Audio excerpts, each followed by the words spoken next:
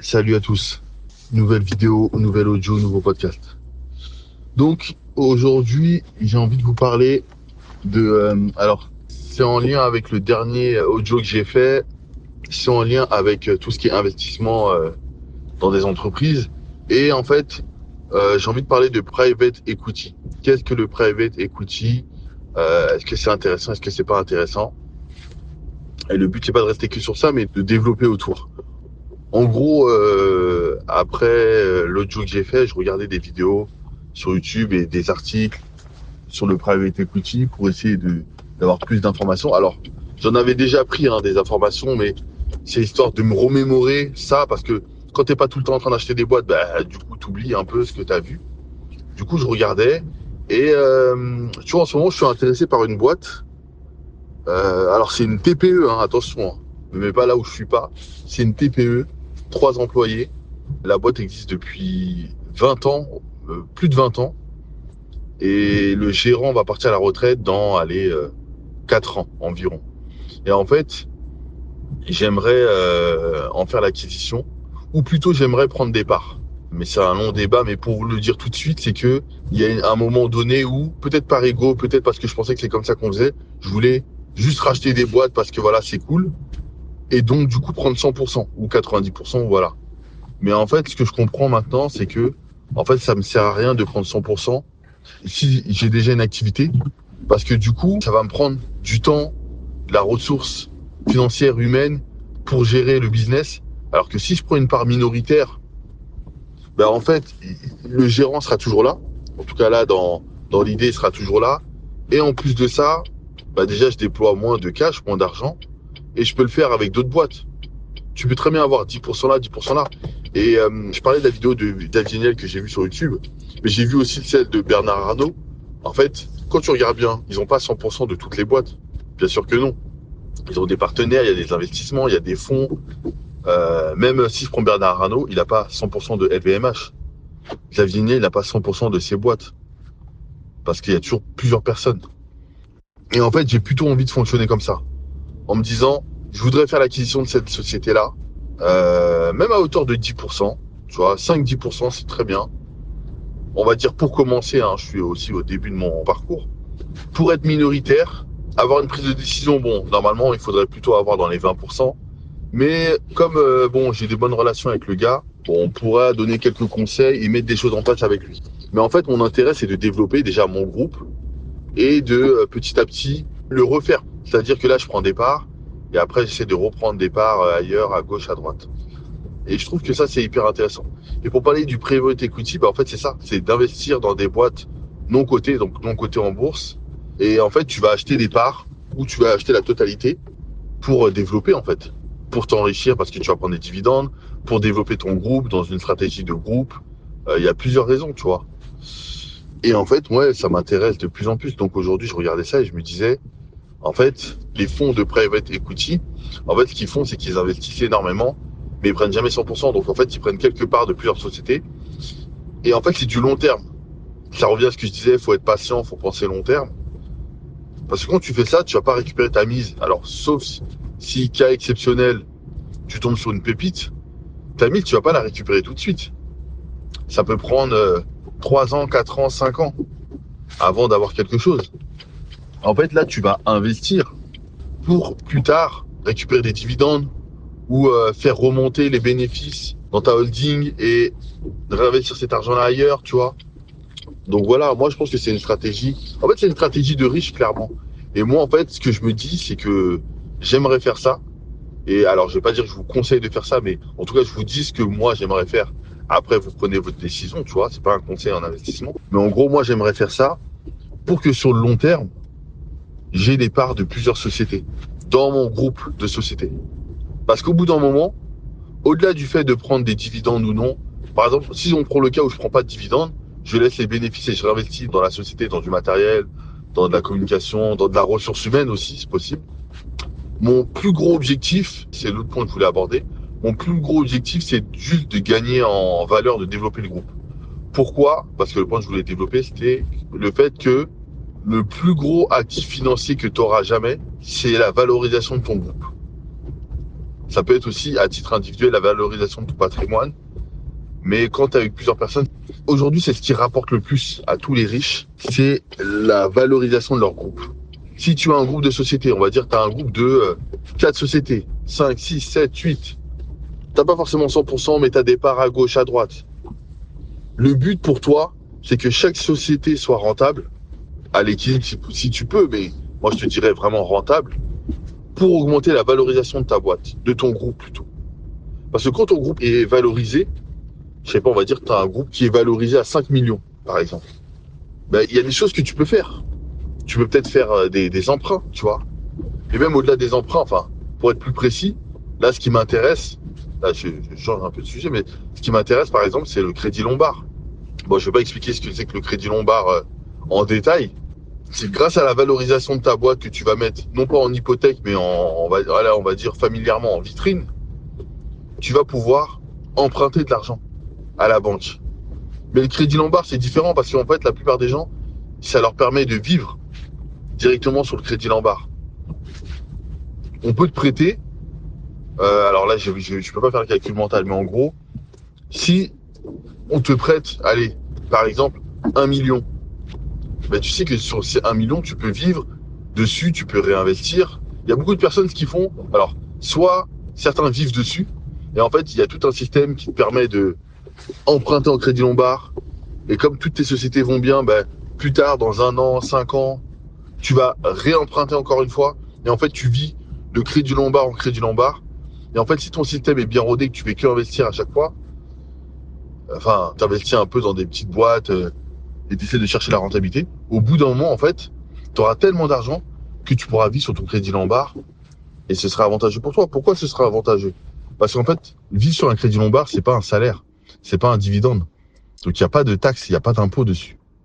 Il y a juste le crédit que tu payes avec des intérêts, mais en fait c'est plus faible que si tu payais des charges pour un salaire ou la taxe pour des dividendes. Donc au final, tu es gagnant à avoir un crédit Lombard. Mais pour l'avoir, bah, il faut quelque chose à présenter. Du coup, la chose que tu peux présenter qui a le plus de valeur, c'est la valorisation de ta boîte. Et vraiment, c'est hyper important. Et moi, c'est vraiment ce que je vise aujourd'hui. Parce que, j'en ai parlé dans un autre podcast, l'immobilier, c'est bien. La bourse, c'est bien. Et en fait, moi, aujourd'hui, je les vois comme des bases. C'est-à-dire que faut faire de la bourse, faut mettre tout en place, les virements automatiques. Maintenant, tu connais le DCA et tout. 2026, 2027, 2028, 2030. Tu connais, c'est bon. Ça fait partie des bases maintenant, ouais, c'est bon. Va pas me dire aujourd'hui, ah, j'ai lu Père riche, super pauvre. Non, non, c'est bon. Ça, c'est fini, ça, cette époque-là.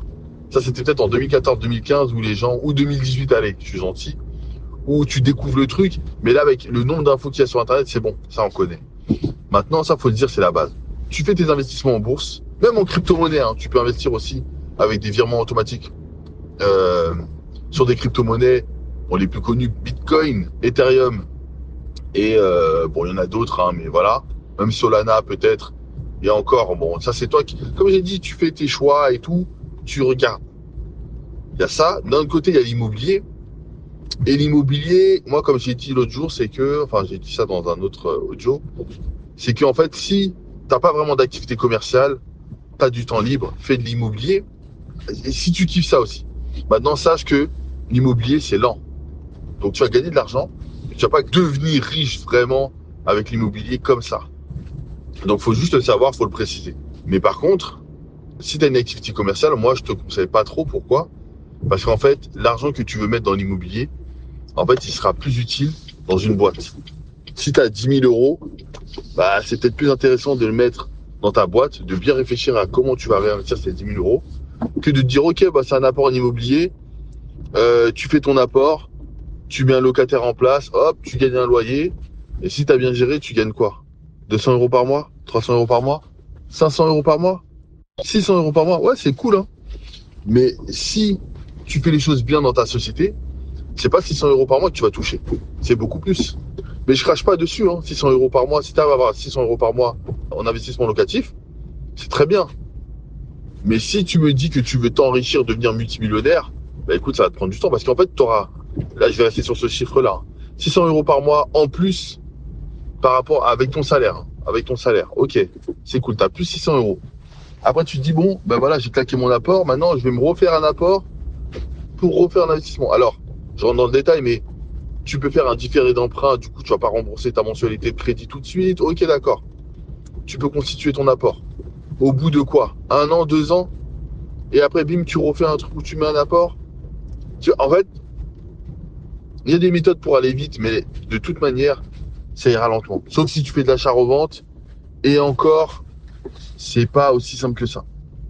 Et comme j'ai dit, c'est si t'as pas d'activité, fais-le, y a pas de souci. Si t'as déjà un business, une entreprise, et que tu vois que ça peut être rentable, et tu vois que ça peut se développer, il peut y avoir de la croissance, investis dans ton entreprise directement.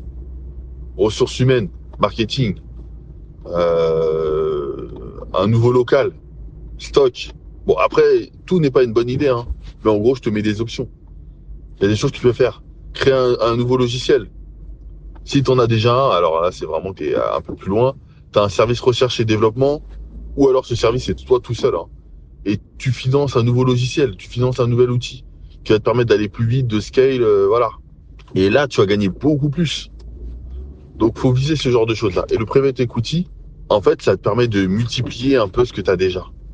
Et moi, je le vois comme ça. Aujourd'hui, je vise un chiffre d'affaires plus gros, je vise les bénéfices. Et avec ces bénéfices-là, avant, oui, je voulais investir plus en bourse, investir plus en immobilier. Et en fait, c'est pas une mauvaise chose parce que ça reste des actifs, c'est juste que c'est plus lent. Et comme j'ai déjà une activité commerciale avec un groupe d'entreprises, bah, dans ce cas-là, c'est plus intéressant de réinvestir dans l'entreprise.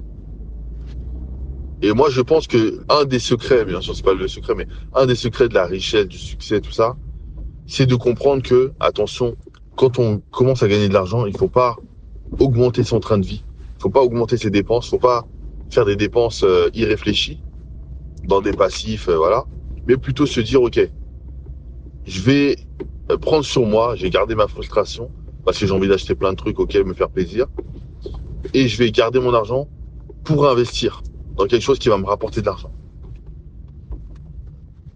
Donc aujourd'hui, c'est ça ma vision, enfin depuis un moment. Et en fait, là où je veux investir, ça va être le private equity.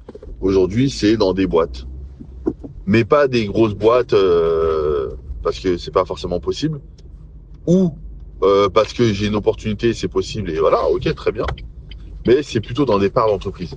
Pas racheter forcément une boîte à 100%, à part si c'est vraiment, comment dire, dans mon domaine d'activité. Et en fait, les tâches que je fais tous les jours, en fait, ça correspond à la même activité et peut-être on peut associer les deux. Mais sinon, non, pas du tout. Sinon, je serais plus dans l'optique de je prends 5, 10, 20% dans une petite boîte, vraiment une TPE, très très peu d'employés, et je développe. Dans l'idéal, c'est bien de rester dans le même secteur d'activité. En tout cas, c'est plus intelligent dès le début parce que tu vas pouvoir agir plus vite, tu vas pouvoir un peu amener les forces, les compétences que tu as déjà dans ce nouveau business pour le développer. Et après, quand tu es plus développé, ouais, tu peux acheter, tu peux partir sur un garage, tu peux partir sur un restaurant. C'est pas la même chose, c'est pas grave parce que tu as les ressources pour gérer ça. Mais si tu es dans la restauration et que tu achètes un resto, puis un autre, ça peut être intéressant d'acheter une dark kitchen, d'acheter un camion et tu sais qui mettre dedans, voilà. De faire des plats préparés, d'acheter des droits sur des éditions, sur un livre de recettes. Tu vois, je te dis des bêtises, mais en gros, cherche un truc dans le domaine dans lequel tu es, dans un premier temps, pour maximiser tes forces. Et après, après, tu peux aller chercher d'autres domaines et ce sera plus simple de les gérer. Après, le but quand tu fais ça, justement, quand tu prends que des parts, l'avantage c'est que en fonction des cas où, voilà, c'est pas toujours la même chose, mais il faudrait que le gérant soit encore là. Comme ça, il continue avec son expertise. Toi, il te montre comment ça se passe. Il te montre surtout aussi les chiffres, tout l'aspect administratif et financier. Et toi, avec ta vision, tu développes. Tu mets des stratégies en place, tu mets des choses en place. Et surtout, et là, c'est là où il faut aussi le budget, hein, tu mets des personnes en place. Tiens, j'ai vu que c'est une réalité, hein, dans ta boîte, tu n'as aucun stagiaire. Mais en fait, tu as droit, en tant que TPE, PME, tu as droit à 20, pardon, j'allais dire 20. Non, il y a moins de 20 salariés, normalement c'est ça. Vous direz en commentaire si c'est faux. Tu as droit à 3 stagiaires. Tu en as 0.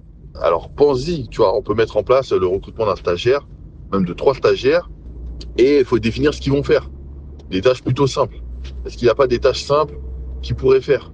Je sais pas, tu as un petit local, une imprimerie, bah, tu peux très bien, en fonction de ton nombre, prendre des stagiaires et ils vont t'aider pour certaines tâches. C'est possible. Et ça réduit les coûts. Toi, dans ton entreprise, tu utilises un certain logiciel, ou même plusieurs logiciels, plusieurs outils, que l'entreprise dans laquelle tu vas acquérir des parts n'utilise pas. Mais en fait, s'il l'utilisait, il gagnerait du temps, de l'argent. Ben, tu mets ça en place. Une fois que tu as les parts, bien sûr. Tu donnes pas l'idée avant ou juste tu dis que tu as vu certaines choses. Et voilà. En fait, tu dois convaincre sans donner trop d'infos. Et une fois que tu as fait l'acquisition, là, tu mets en place. Et c'est grave intéressant de faire ça. C'est grave, grave intéressant de prendre une boîte qui est petite et tu la développes, ou qui est en difficulté et tu la redresses. Tu réduis les coûts, tu augmentes les prix de vente en apportant de la valeur, plus de valeur, tu redresses. C'est hyper intéressant. Après, bon, le plus dur, hein, c'est pas l'aspect financier. Le plus dur, ça reste l'humain. Pour moi, le management, c'est un des métiers les plus durs, en fait. C'est trop compliqué. L'être humain, en fait, il n'y a pas de bon manager ou de manager parfait parce que ça bouge trop. Donc, quand tu fais l'acquisition d'une société, si tu dois être un minimum, soit l'opérationnel, soit le management, ou juste le management de la direction, tu es confronté à des humains et c'est pas simple. C'est pas simple du tout. Donc, pour ça, il faut bien réfléchir. Il faut bien, bien réfléchir. C'est pour ça que de toute façon, avant de faire l'acquisition d'une société ou juste des parts, il faut visiter la société, il faut discuter avec les employés et après, tu prends ta décision. Si c'est une petite société et toi, tu as une petite structure et tu es amené à faire des réunions stratégiques avec les équipes, pas être dans l'opérationnel, hein, mais juste des réunions stratégiques, c'est bien d'avoir des personnes avec qui tu as un minimum de feeling. Là, je parle pas que des dirigeants, mais des équipes opérationnelles. Mais si tu as un très gros groupe et que tu sais que en fait la direction, tu sais que dès que tu vas arriver, tu vas mettre un DG et puis voilà. Bon, les gens, quoique ça peut être important, mais tu y feras un petit peu moins d'attention parce que c'est pas toi qui vas gérer ça. Que demain, je pense que tu vois, des mecs, des multimillionnaires et des milliardaires en France, quand ils font l'acquisition de sociétés, quand il y a 200 salariés, 300 salariés, tu peux pas regarder si tout le monde est carré, a des bonnes valeurs. Tu peux pas checker tout ça, donc voilà, tu prends tes parts et puis voilà quoi. Mais en gros, voilà, le private equity, ça m'intéresse beaucoup. Ça m'intéresse beaucoup d'investir dans les sociétés, plus que dans l'immobilier, plus que dans la bourse, et de mettre en place des process, de tomber sur les bonnes personnes, de tomber sur la bonne boîte. La bonne boîte, c'est pas forcément la boîte qui est rentable. C'est la boîte qui a une opportunité. Parce qu'au contraire, une boîte qui est pas vraiment rentable, qui a beaucoup de difficultés, mais qui a un potentiel, bah, c'est intéressant de l'acheter parce que tu vas l'acheter pas cher, ou tu vas prendre des parts très faibles, tu as un coût très faible, et toi, avec ta méthode, tu vas redresser. Et comme tu vas redresser avec ton expérience et tes compétences, bah, en fait, ça va prendre de la valeur. Et du coup, ouais, tu auras fait un bon coup. Après, tu as aussi l'autre cas où tu as une entreprise qui est très bien, très rentable, et tu sais que quand tu vas prendre des parts, ça va tourner. Mais du coup, comme tous les bilans sont bons, tous les documents sont bons, bah, ça va te coûter plus cher. Donc à toi de voir, c'est un petit dilemme, mais bon, moi je pense que les deux sont bien. Après, si tu trouves vraiment la société, vraiment même une petite société, hein, une ou deux personnes, 3 personnes, 4 personnes, où elle est en difficulté et c'est lié à ton secteur d'activité, par exemple, on va prendre un restaurant. Toi, tu as un restaurant, tu as envie d'en racheter un autre. Et tu vois qu'il y a un restaurant là, ils sont hyper, hyper, hyper bien placés. La déco est hyper, hyper jolie. Alors non, on va dire l'inverse. La déco est vraiment pas top. Mais ils sont très, très bien placés. Dans Paris, tout ça. Beau quartier. Quartier où il y a d'autres restaurants. Donc c'est un quartier où les gens... Même ta rue, en fait, c'est une rue où les gens ont l'habitude de venir pour chercher quoi manger, tu vois, ou se poser dans quel restaurant. La déco est pas top. Les employés, ils sont sympas, mais ils ont pas les bonnes méthodes. C'est le bordel. Et en fait, ça peut être le jackpot. Parce que si toi, tu as ton expérience et que ton premier resto est très, très bien géré, tu vas arriver, tu vas prendre des parts pas chères. Tu vas arriver, tu vas tout mettre en place. Les process, tout ça. Et ça va rouler. Et ça va rouler. Donc, ouais, à méditer. Pense-y aussi, je sais pas ce que tu fais comme activité, mais investir dans des sociétés directement, ça peut être très intéressant. Après, c'est plus de travail et c'est plus de risques. Ça, c'est une réalité. Parce que tu ne sais pas si ça va... Moi, je t'ai parlé d'une société qui m'intéresse. Je ne sais pas si ça va fonctionner. Je ne sais pas du tout. ça dépend de moi en partie, et encore même pas. Parce que si je suis pas dans l'opérationnel au bout d'un moment, voilà, et que je laisse le gérant sur place, parce que je vais juste prendre des parts pour être minoritaire, mais ça va dépendre aussi de la stratégie que je vais mettre en place, tout ça. Après, ça dépend de l'équipe. Donc ouais, voilà quoi. En tout cas, c'est intéressant. Je vais continuer à réfléchir à ça. Préparer aussi la somme d'argent parce que c'est pas gratuit, hein. Tu peux payer cash. Il y a tout ce qui est crédit vendeur. Bon, tout ça, c'est des choses. Je t'invite à te renseigner. C'est cool. C'est cool. Ben, je vais te laisser. Merci à toi. On se retrouve sur le prochain audio.